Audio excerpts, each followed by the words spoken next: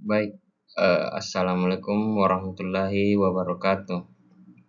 Saya akan menjelaskan materi atau ringkasan materi dari rekayasa komputasional dari beberapa pertemuan hingga pertemuan pertama sampai pertemuan terakhir. Yang pertama itu pengertian dan konsep dasar rekayasa komputasional. Rekayasa komputasional adalah bidang yang menggabungkan ilmu komputer, matematika, dan teknik untuk menyelesaikan masalah kompleks melalui simulasi dan perhitungan numerik. Karakteristiknya berupa berfokus pada simulasi dan pemodelan sistem nyata, digunakan untuk analisis dan prediksi, memanfaatkan komputasi berkinerja tinggi. Perbedaan dengan pemrograman tradisional yaitu pemrograman berupa membuat aplikasi, fokus logika program, output sistem.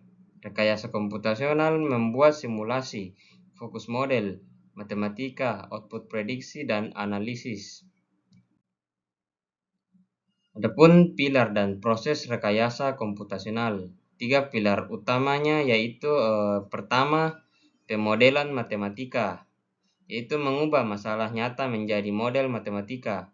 Yang kedua, algoritma numerik, menyelesaikan model menggunakan metode komputasi. Yang ketiga yaitu komputasi berkinerja tinggi, yaitu menggunakan komputer performa tinggi. Langkah simulasinya yaitu mengidentifikasi masalah.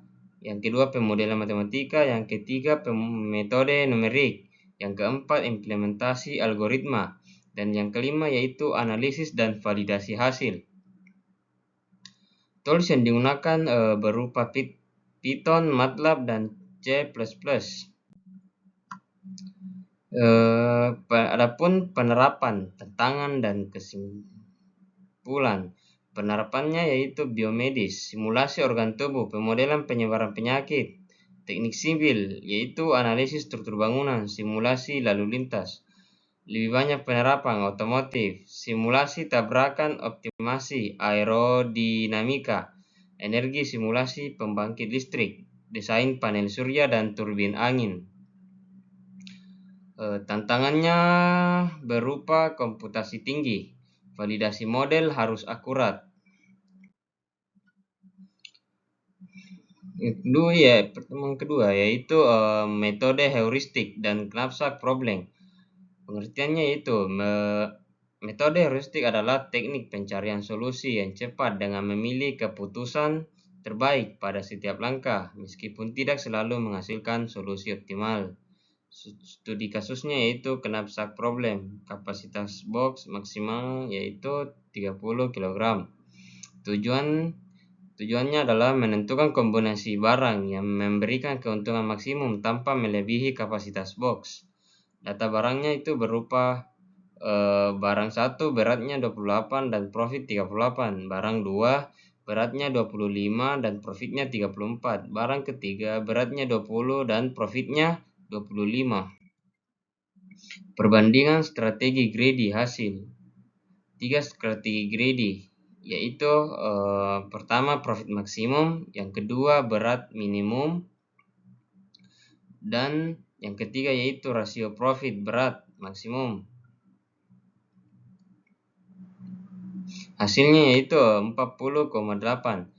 Strategi terbaik yaitu rasio profit atau berat maksimum menghasilkan nilai keuntungan tertinggi yaitu 40,8 sehingga menjadi solusi paling optimal pada kasus ini. Konsep dasar algoritma greedy. Greedy adalah metode yang memiliki keputusan terbaik pada setiap langkah untuk memperoleh solusi optimal dengan cara yang sederhana dan cepat. Karakteristiknya yaitu memilih solusi terbaik secara lokal, keputusan bersifat permanen, tidak mengevaluasi semua kemungkinan. Yang pertemuan keempat yaitu teori antrian dan model Monte Carlo.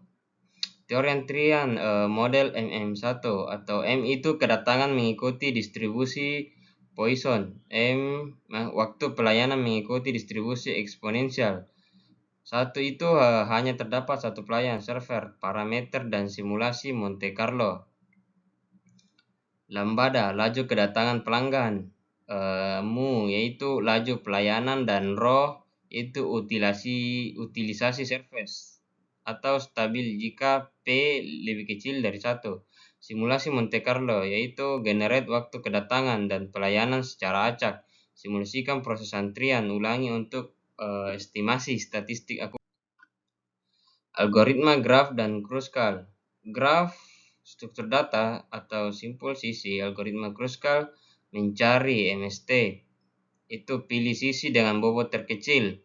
Yang kedua, tambahkan ke solusi jika tidak membentuk siklus.